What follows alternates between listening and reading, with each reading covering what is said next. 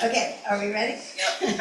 All right, so this is, as you know, the month of healing. And so I was thinking what I should talk about that would really be healing and practical, because that's what I do. So there's 3 herbs that are growing out in all of Israel, and they are 3 of them they're all amazingly medicinal, and they all do very, very special work that I think it's really important that we know about. And it's interesting that this is the time that they come, because this is the spring, and the spring is the time of renewal, and it's time for us to shed our winter coat and get rid of a lot of garbage and get ready for hopefully a very beautiful and peaceful summer. Peaceful. Amen. Okay. So 2 of them I brought. One of them I couldn't. It's a whole tree. But it kind of, didn't do so well in the ride. But I'm going to pass them around so you can tell. Somebody mentioned what this is. Who knows? Milk thistle. Milk thistle. What's the name in Hebrew? Gidilan. Right, exactly. And milk thistle. Right. Gidilan. Gidilan. How do you say that? Yeah, exactly. I got it right. Okay, so right now, in most of the country, this is how it looks. You'll see a beautiful, this flower gets very big and not really big, but bigger than this, and super beautiful, has a lot of thorns. So it's telling you, you must respect me. You can't just take advantage of me just because I'm good. You have to, work for it. Yeah, right. You have to not only work for it, but you have to give kavod. That this is a plant that just isn't easy to walk over or even touch. So anyway, this is the way it looks now. And then at a certain point, it will get this purple flower turns white, and the white becomes kind of like a dandelion, where it's a big puff thing. And if you lift up very gently, you lift up the white part of the flower.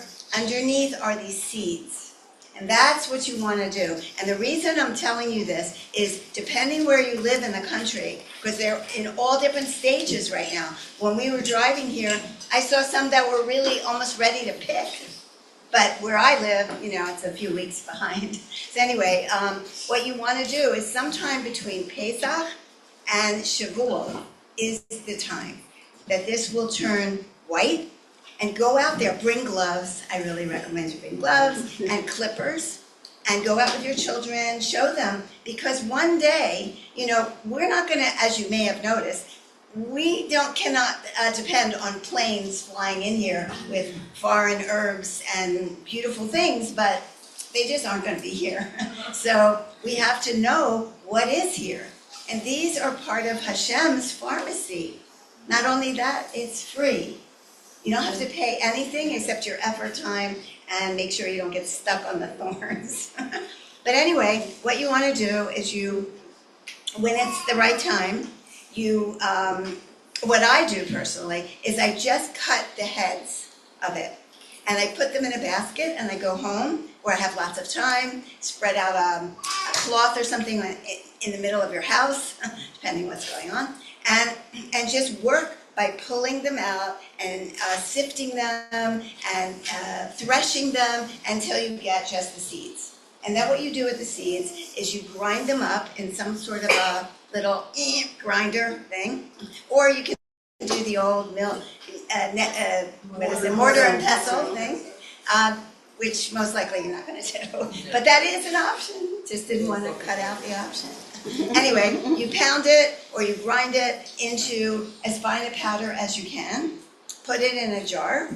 You can keep it in the refrigerator, but if you're one of those people who you have a routine, and when you have to change your routine, you don't remember for 5 days at a time. So just take a small amount of what you ground up and put it on the table where you're going to eat.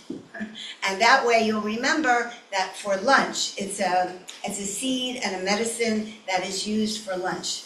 Okay? And whatever you're eating, a salad, a stew, whatever you're eating for lunch, you take half a teaspoon Or if you really have a problem, you could take a whole teaspoon and you just sprinkle it on your food, mix it in, and eat it. It's just kind of, I don't know, a little tiny bit crunchy, and it tastes like a nut, really. It doesn't have a horrible taste or anything. It's maybe a little bitter, but it's super good for your liver. And the liver is one of the most important organs that's going to help you and detoxify you. In other words, if the liver's not working, nothing much is going to work very well either. So you really want to help do it. And what I do recommend for people is before Purim, for example, I recommend for people who are going to really take Purim seriously to take like 2 teaspoons every day leading up to Purim. And then after that, maybe for another week, and they can avoid a lot of the damage that happens from drinking too much alcohol. Yeah, so it's really good to heal the liver. It detoxifies, it strengthens, it nourishes. And what? Is it safe in pregnancy? Safe for pregnancy, good question. I'll have to check on that. I think it is, but I never want to say without absolute proof. So, It can interfere with the hormonal. wait, who's saying something? They can interfere with what? Hormonal. Like other It has a slight estrogenic property, but it's so slight that honestly I don't think it's really going to affect you unless, even if things are really bad, it'll be good for you because it overcomes everything. It's good, it lowers blood sugar for people who maybe have diabetes or type 2 diabetes, something like that. It's really good for, wait a minute, I got all these papers here, I may as well pass them out. Do you want, here, take that. And I'll take one, and pass the rest around. So my printer is very finicky, and this is all it would let me do. I am sorry. So the ones who really want it, take it. And I'll give this one to you when I'm done. Okay, so what else does it do? Oh, it's very good against arthritis and any inflammation in the body, which is really a good thing. And it really helps your skin because the skin is directly connected with the liver, and your skin will just start glowing, like you're just,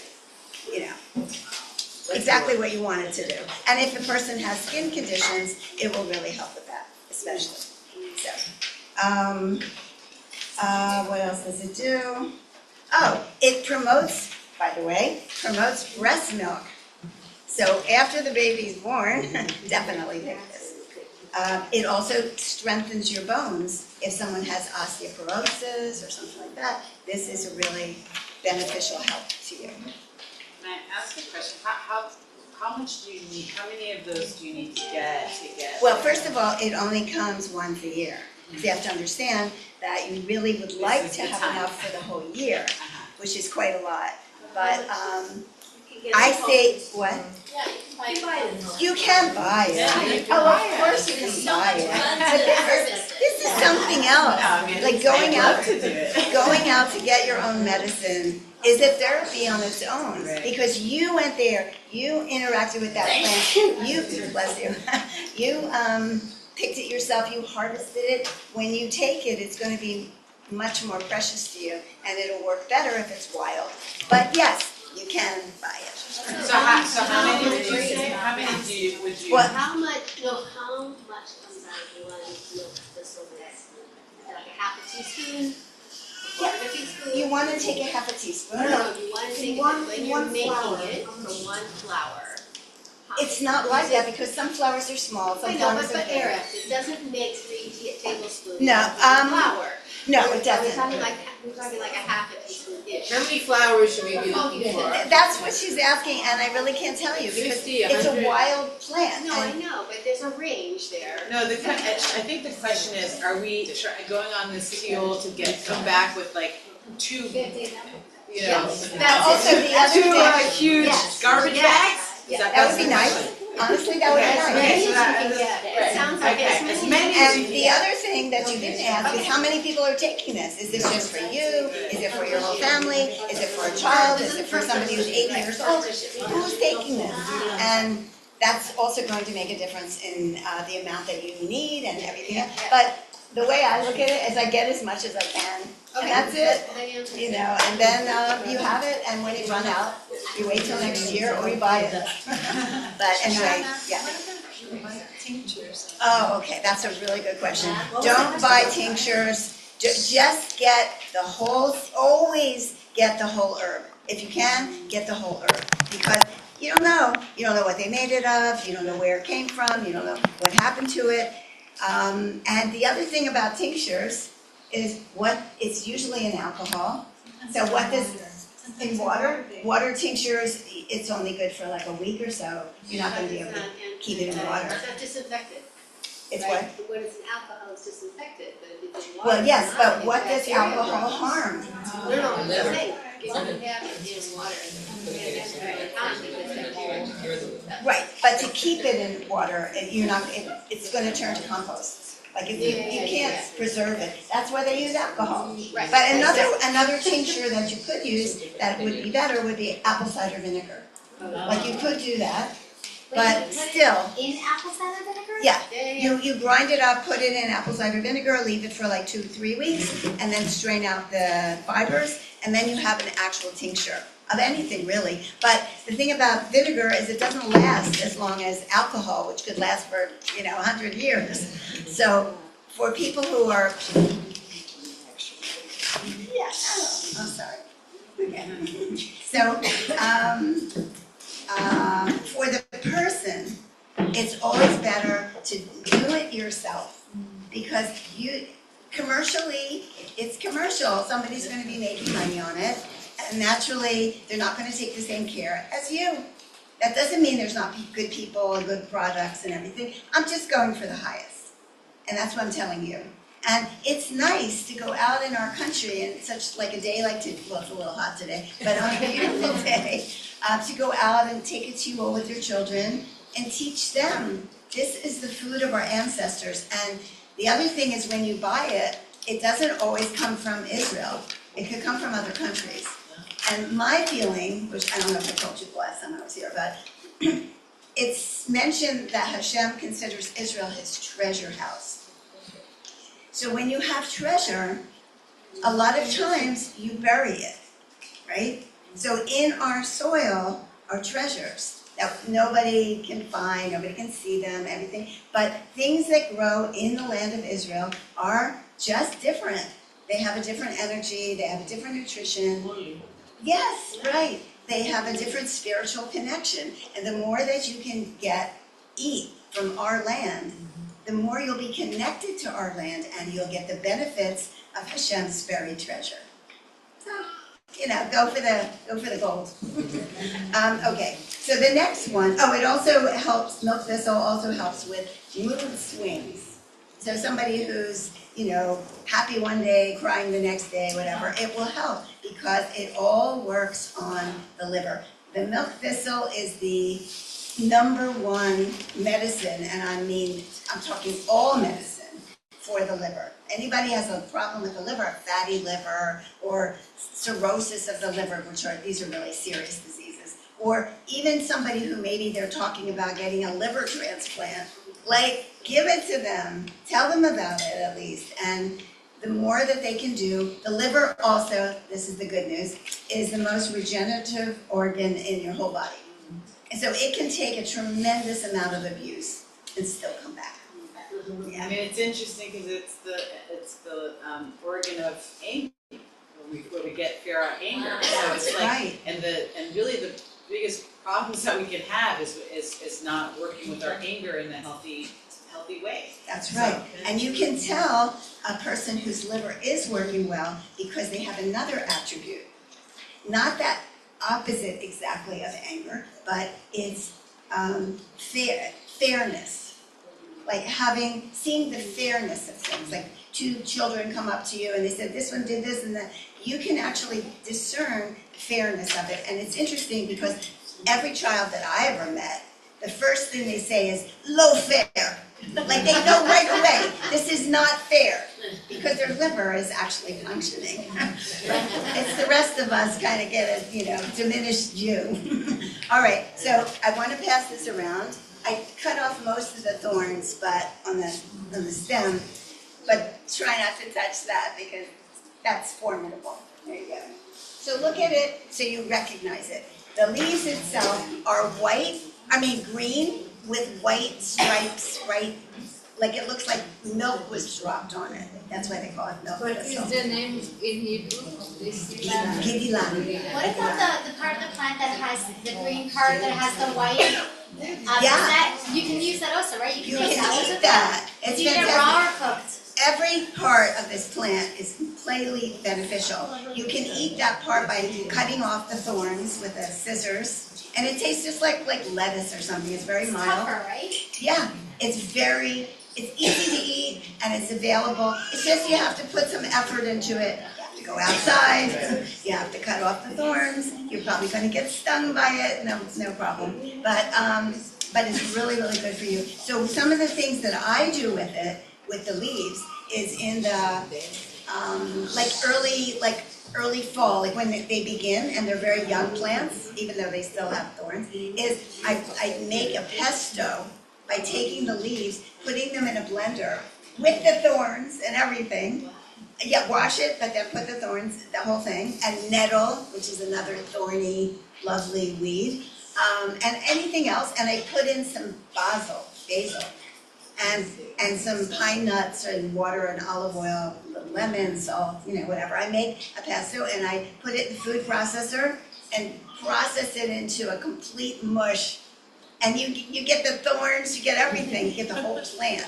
And you never have to sit there and try to, cut it off. So that's kind of a secret way of getting incredible nutrition, because even the food, the best organic food, the finest fruits and vegetables, it's nothing like a wild plant.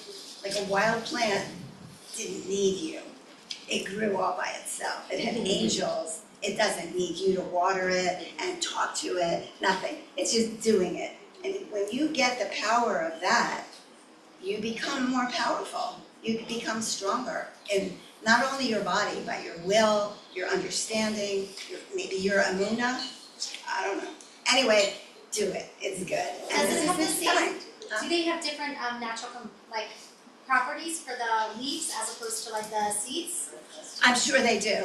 I'm sure you can look it up in the internet and they'll tell you all the different things, but every single part, including the roots probably and the stems, everything about it is your friend. Okay. So the next one, which I didn't bring, I couldn't because it's a whole tree, is a tree called hawthorn. In Hebrew, it's called uzrar. You ever hear that? Uzrar? Yeah. It's blooming now. It has flowers, white, beautiful white flowers, and very unusual leaves. So it's pretty easy to recognize. And during its cycle, it will have fruits at the end of the summer. And those fruits and every other part of it, the flowers, the leaves, even part of the stems, everything, is the highest heart medicine in the world. So anybody who has high blood pressure, low blood pressure, irregular heartbeat, circulatory problems, well, you name it, whatever there is, or somebody who actually has had a heart attack or a stroke, shalom. But if they have, this is what you want to give them, and it's made into a tea. So the best is to have all those parts I mentioned, the leaves, the flowers, the fruits, and a little bit of the stems, just kind of dried and chopped up and put in a jar or something, and then you make a tea out of the whole thing. But if you're going to go out in the wild yourself, that's going to take you through the whole cycle of the year, so you may not catch everything. But the one that in the final analysis has the end is the berry. The berry, the kind of yellowish looking berry thing that grows on the trees.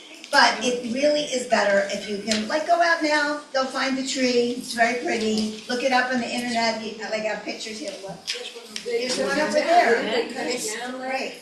Anyway, and just take some leaves and take some flowers, which is what's happening now.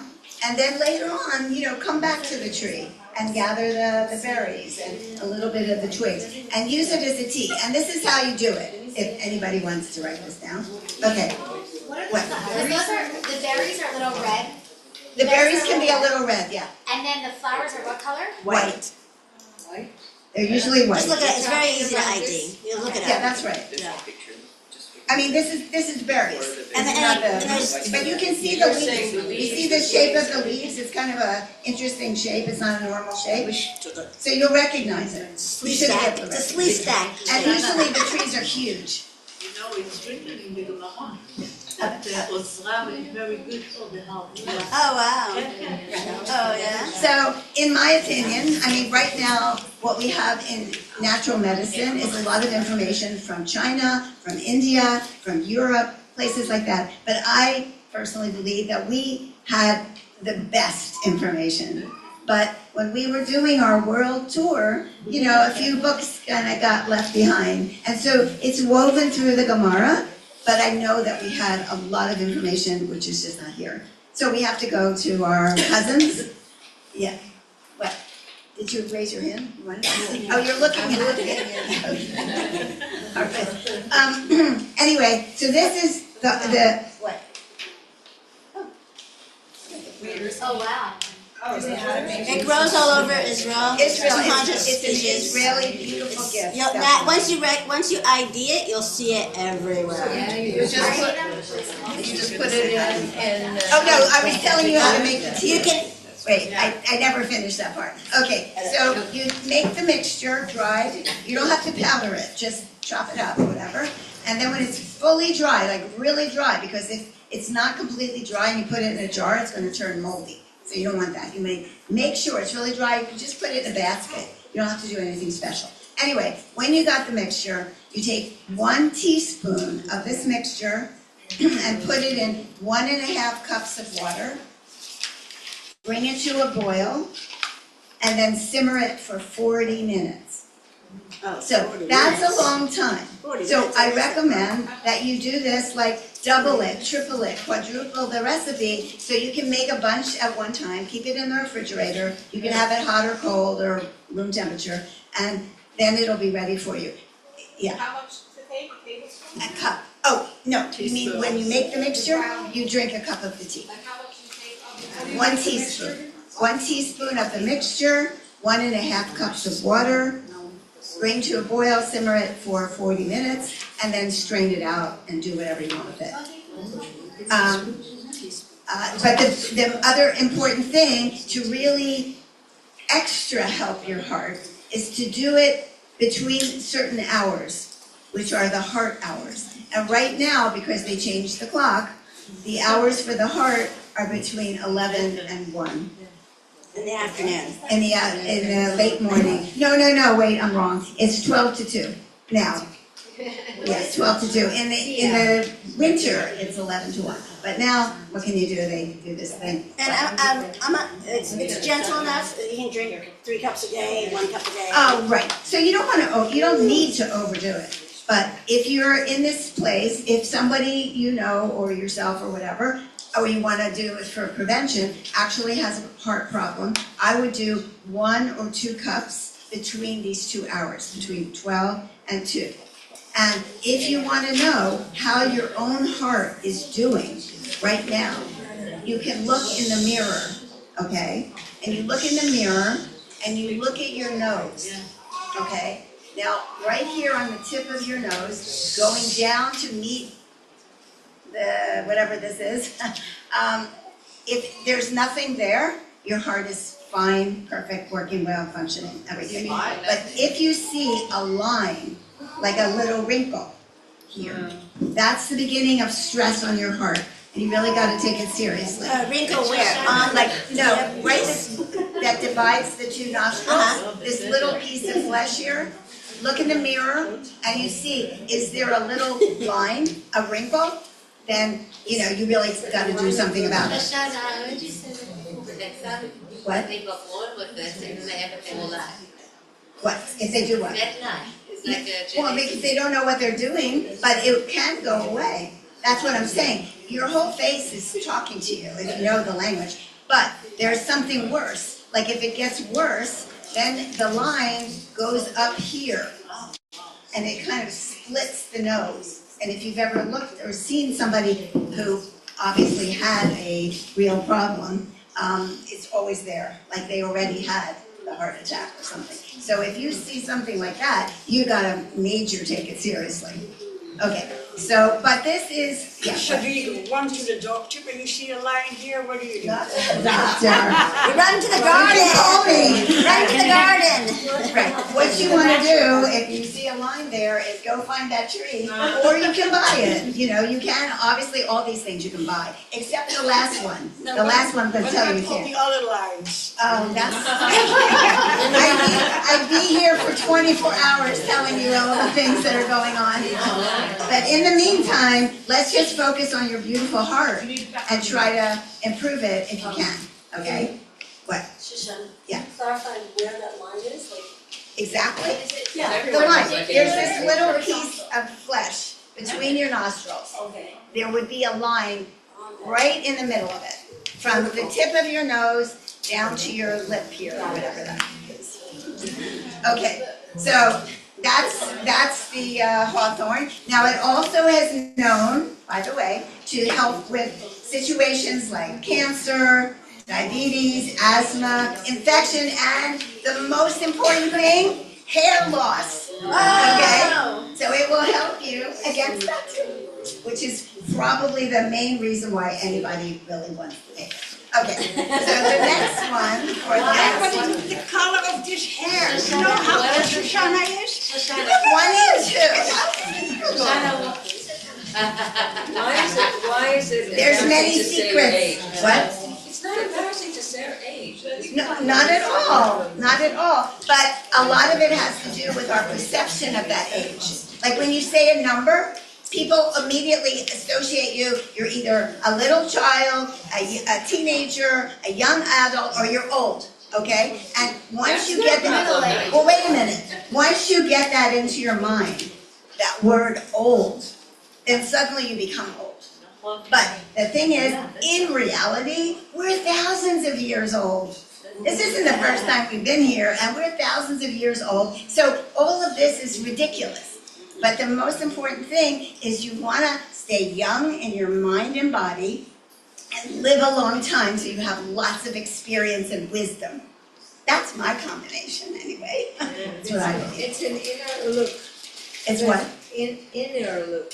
It's an inner feeling. Like if I really, when people say, how old are you? Like I always, I say 22 because I've just been saying it since I was 22. But in reality, that's how old I am. Like if I say any other age, I'm really not even telling the truth. I've lived a long time. I've lived on this earth many, many years. But how old I am? I'm 22. Anyway, okay. So the next thing. Now this is really important because unlike the other things, the other plants, this one you can't buy. At least you can't buy it here anyway. They used to sell it, but now they don't sell it anymore. So the only way to get it is actually go out in the field and find it, and it's growing right now. It's called, does anybody know what it's called? Shepherd's first. Shepherd's purse, exactly. Because I guess all the shepherds kept it in their pocket because it has this amazing property, it stops bleeding. So if you're out there like David and you were fighting with a lion, this would be very useful. Okay. But it also helps with women who have like much too heavy a period, things like that. It has everything to do with bleeding. So when if a person is in an emergency and they want to stop bleeding, this is that you make it into a tea. That's all you have to do. Or you can crush the leaves and put it on the wound if the wound is, able to be. How good color can you do? That's a great question. Oh, it's called the same thing. That's it. Same thing. It means the same thing. Right. So the way you can tell it is really easy. It's so easy. It stands out like an advertisement. All the little leaves have hearts on them. Every one, they have little hearts. So here you go. Hello. Okay, you take it first. Anyway, just look at it because you want to recognize it. And if you walk around, it'll have to be in a wild area because right now everything is weed whipped. to take down the weed, the leaves. So you take off the hearts or you take off the whole No, thing you and crush use the the whole whole thing? thing, but you can recognize it by the hearts. And can you eat it? Yeah, you can eat it, actually, you do. But of course, you should be aware that anybody who's on like blood thinning medications or something like that, you shouldn't actually obviously take it because it's going to interfere with medicine you're taking. Of course, the best thing is to heal yourself. You don't have to take the medicine anymore. Then you can do what you want. But you were gonna say something? What? Right. Blood thinners don't do it. Blood thinners, what? If you are on blood thinners, don't use it. Exactly, don't, right. And, as everything, like when you said about pregnancy, you should always check out things before to make sure that they are safe for pregnancy, because obviously it's really an important thing to do. You were gonna say something? Yeah, a lot of times we check things out, but because there's so much censorship, it's like hard to know the truth, like. It's absolutely almost impossible. Right, so that's why you need, in a general situation, I would never tell somebody who's pregnant to take anything because I don't really know their story, I don't know anything about them. But if I meet people privately, then we can decide, what's really needed, and then they make their decision. But you're right, like a lot of the information, which is these things are free, okay? And it's in competition with a huge industry that is making a lot of money over people who are not well. And the important thing is you want to stay well, you're going to have to do a little more research and a little more effort to protect yourself and your family, because that's how you can do it. Otherwise, you're at the mercy of people who, even if they like you, they're not allowed to help you. Last week somebody came to me, it was a couple, it was mostly about her, but suddenly I turned to him, I said, by the way, what do you do? And he says, I'm a doctor. It's like, oh, okay, I understand. And then he started telling me about his problems. But anyway, it's kind of, they're stuck. So you have to really, we're on our own. But we have each other, and we have this beautiful land, and the land is waiting for us, and it wants to help us. It's here as our friend. And what is an herb anyway? Herbal medicine is just concentrated nutrition. That's what it is. It's concentrated nutrition. And it's there to give us what we can't get from our normal food. Yeah. Are you just holding your hand up? Oh, no, Oh. Stretching. Yes. No, I heard that Shepherd's Curse was also like, if you get something to calm your nerves. Something to calm your nerves. Well, one of the wild herbs that grows here is called, in the Indian term, it's called ashwagandha. You've heard of that? But it's a local herb. I don't know the Hebrew name, but it grows all over the place, and that is a wonderful thing in Israel. It's actually an Israeli herb. What does ashwagandha look like? Who? What does ashwagandha look like? What does it look like? What does it look like? Well, I only brought 3 herbs today. Google it. You'll have to, look on the internet and look at the picture, and then you'll recognize it. It's so interesting that you said that. Wait, I can't hear anything. What? It's interesting that you're just teaching us that it grows there, because I read out about a number of things where we can hardly get, like St. John's where it also grows here, we can't get it. No, but these things are here. It's just that we lost our connection and our knowledge and our information about what is actually given to us for free by Hashem. And we don't know anymore. But we can still learn. And the plants are still there giving us their benefits. It's still there. You just have to recognize them. Instead, the problem is a lot of the land is growing, shopping malls and gas stations and things like that. And all the places where the fields were, where these herbs were, they're not there anymore. But they're still wild herbs. And you just go out and look. Yeah. Anybody? Yeah. So I had a big pet peeve, is that we spray everything, and it's just ridiculous. So get on your VOD where you live, because you can make your yishuv, especially if you live in a small yishuv or a small moshav, you can get on the VOD, make everybody mad at you, and ask that public spaces are not sprayed with herbicides or pesticides. Yes, you can go weed whack them when they get too tall and everybody's worried about snakes or something.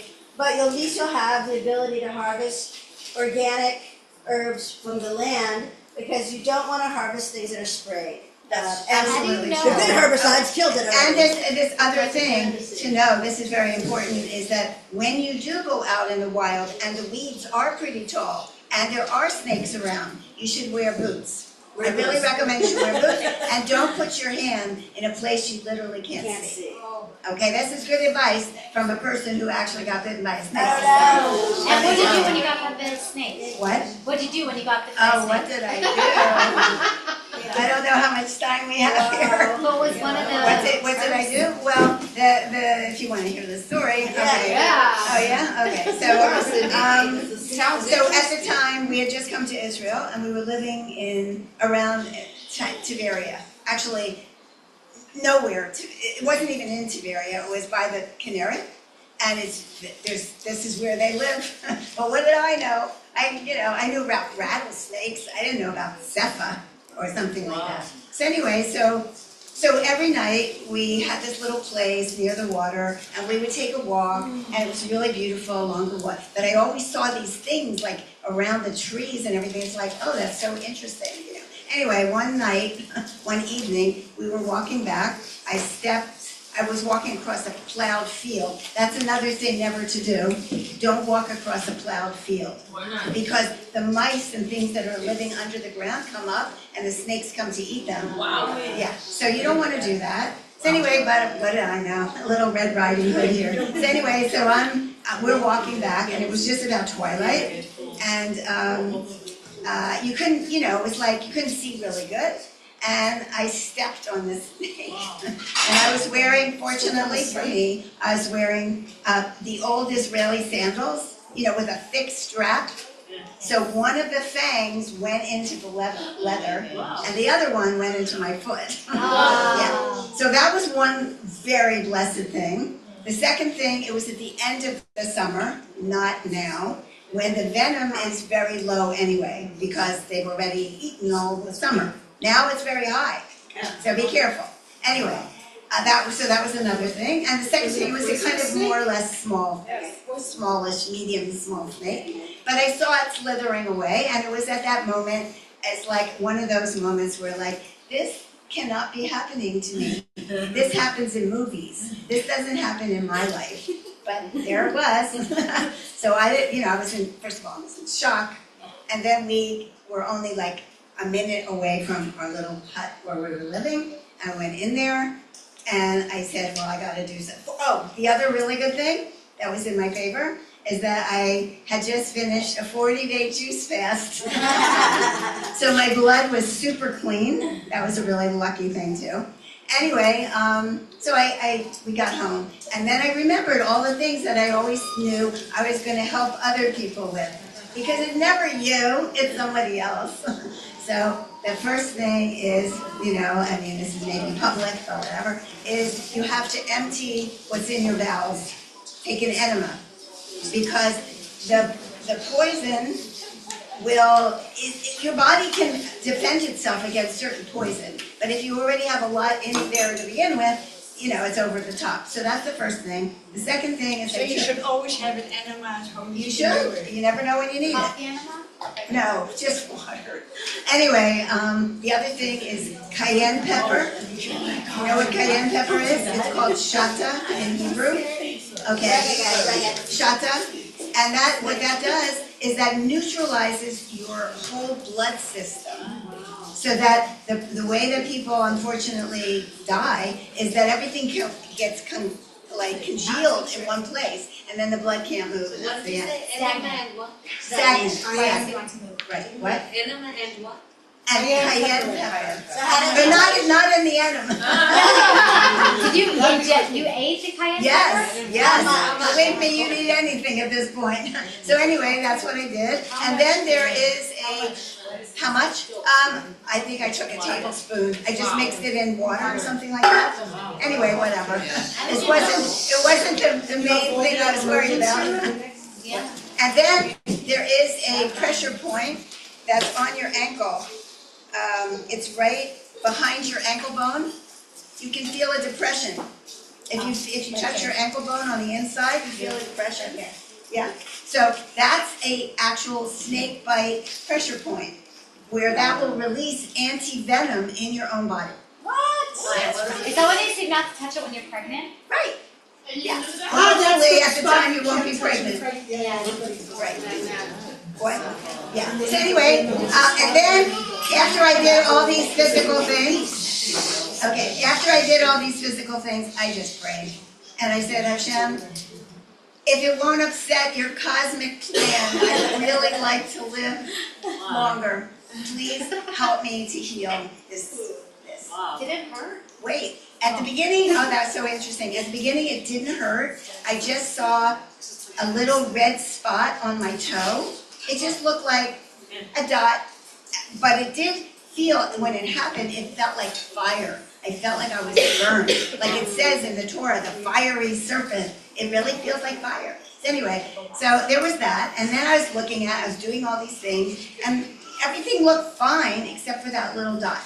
And then about an hour later, this is the time when I probably would have left this world, I got so cold. Like I was in a freezer. And we're talking Tiberia in the end of summer. Okay, so it's as hot as it ever gets, and I'm freezing, and I'm shivering, and I'm shaking, and that would have been the moment. But it took about 10 minutes, and then it passed, and then I just knew, at a certain point, I'm not gonna die. I knew that. And You then didn't go to an emergency room? No, I didn't. No. So anyway, By the way. yeah, well, I mean, I'm not recommending anyone else to do this, but I didn't. Did you try to suck out the No, poison? No, that's a false, I think. No, actually, it's not good, and the other person gets it in their mouth. Okay, so at that point, I felt I wasn't going to die, and I'm going to go to sleep. And when I went to sleep, there was just that little dot on my toe. That's it. When I woke up in the morning, my leg, even with all the things I told you about all the good things that actually prevented me from leaving this world, my leg looked like a leg of an elephant. That's what it looked like. It was huge and pulsating with all these weird colors, like red and green and blue and purple and all kinds of things like that. It's like, whose leg is that? But it was attached to me. So it didn't hurt me when I was laying horizontal like that. But I woke up in the morning and I had to get up. And as soon as I switched my leg to going down, all the stars in the heaven came out. It was like, the pain was unbelievable, just incredible pain. As long as I could be horizontal, I was fine. But as soon as I went vertical, that's it. So every day, it would be go down in the morning and then slowly build up. But it never, every day was less swelling, less whatever. My husband, he used to carry me around like a platter of salami. But at a certain point, what happened about 2 weeks later, when basically my leg went back to normal size, I got a massive cold, like mucus just pouring out of every place I could pour it out. And then that was the end of it. And I met a doctor at some point and he said, you have a lifetime immunity, but I asked Hashem never to test me with that again. So that's my story about the snake, and that's why I know a lot about it. Like, wear boots, don't put your hand where you can't see what you're doing. Don't walk in a I hot was bitten by a poisonous spider, and I had the same thing happen to my leg. Yeah, it was a poisonous spider. And I had really, Baruch Hashem, great mazel that my brother-in-law was in medical school and he happened to be visiting that weekend. And he recognized it right away. He said, is this the spider that bit you? Always, I never had a fear of spiders until then, but always look at the spider. If you ever have a spider on you, ever, even if you think it's harmless, take a good look. Because then you can tell them what kind of spider it was. And this spider has a violin on its back. Oh, the black widow The brown spider. recluse. And so I told, and it's very cool because it has a natural anesthetic. When it bites you, you feel nothing. And then you have what you had, that searing fire, and your leg swells to a tree trunk and is purple, and if you don't catch it in time, you will have to amputate that. Oh my God. So thank God my brother-in-law treated me and I was. Right, so I bless you all that any snake that's in the world will never notice you, will never be interested in you, will never touch you or your children. Okay, now this is something that grew in my garden. And it's an herb, it's a definite herb, it's a rose, as you can see. And it has an incredible fragrance, which I make like creams and things out of. But I want you all to smell it for this month, because it's such a blessed month of healing. And this is the highest vibration of all essential oils, for sure. Is it correct saying what Rosh you say? And what do you say?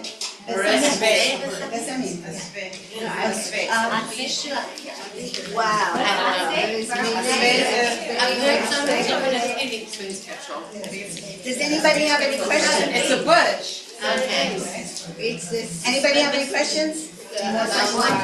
Bongo, what you said, What's what? the plant that you said that you didn't read, that's bongo. Oh, that's the Ashwagandha. hawthorn. No, No, ashwagandha, she's Oh, talking about. ashwagandha. you eat the whole plant? You make a tea out of it. Oh, And that's most all the people don't parts, eat the it. fruit, It's the for leaves, tea. the. Yeah, the whole thing, the roots, also the roots, and it helps you sleep, and it calms your nerves, and it's very beneficial for women, especially, gives good hormonal support. How would you have treated the spider? How would I have done that? Okay, that's a very good question. Okay, wait, it's breaking up here, hold on a If minute. anyone wants to talk, side conversations, please Good bring it outside. information. Okay. How would you do, what would I do with that spider bite that she talked about? Okay, so the first thing I would do is, again, take an enema. That's the first thing always. Get out whatever waste you already have. You don't need this. So let your body not have to deal with it. Okay, the second thing is I would use clay. Green clay. I'd make a poultice, and I put it on there, and as soon as it dried, I wash it off and put it again, and put it again. You can do the same thing with scorpions, which are much more, like the black widow spider is usually in America. But here, we got scorpions. And the worst one is the yellow one, but even the black ones will definitely give you a good impression. I thought they were, Black widow? the black There's a ones black are not one? so much. The black ones are bad, but the yellow ones are really No, bad. the yellow ones Much, are worse, the much more smaller and the Yes. bright yellow are more. And they're I much got more stung toxic. by one in Mexico. and Oh, that was really not good. So what is green clay Had the made same out of? experience. The green clay is made out of clay, I mean earth, it's from Make a the earth, poultice, clay. changing the poultice. And, but it's a specific kind of clay. Although, if you were in a pottery studio and you didn't have any other clay, you use any clay you can find. But the best clay is the green clay for things like this, to pull out the poisons. And I was bitten by a scorpion too, and that's what I did, is I took the clay, put it on. As soon as I took it off, it started swelling again. I put it on there, it stopped. Took it off, put it on, until finally it got rid of the poison, and then everything was fine. Can you use the mud from the Dead Sea? The who? The mud from the Dead Sea.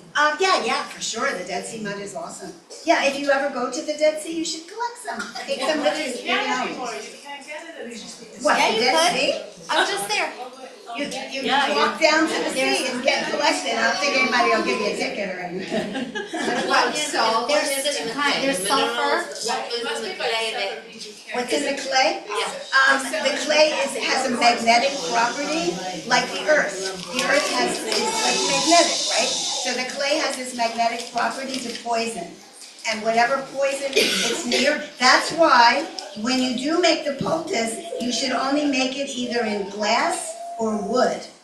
Don't put it in plastic. Don't put it in metal, because it will start pulling the poison, whatever, out of That's it. the reason, wow, that's amazing. Yeah, no, and you either stir with your finger or a chopstick or a twig or something. You never put anything metal or plastic or aluminum or anything like that, nothing to touch the clay.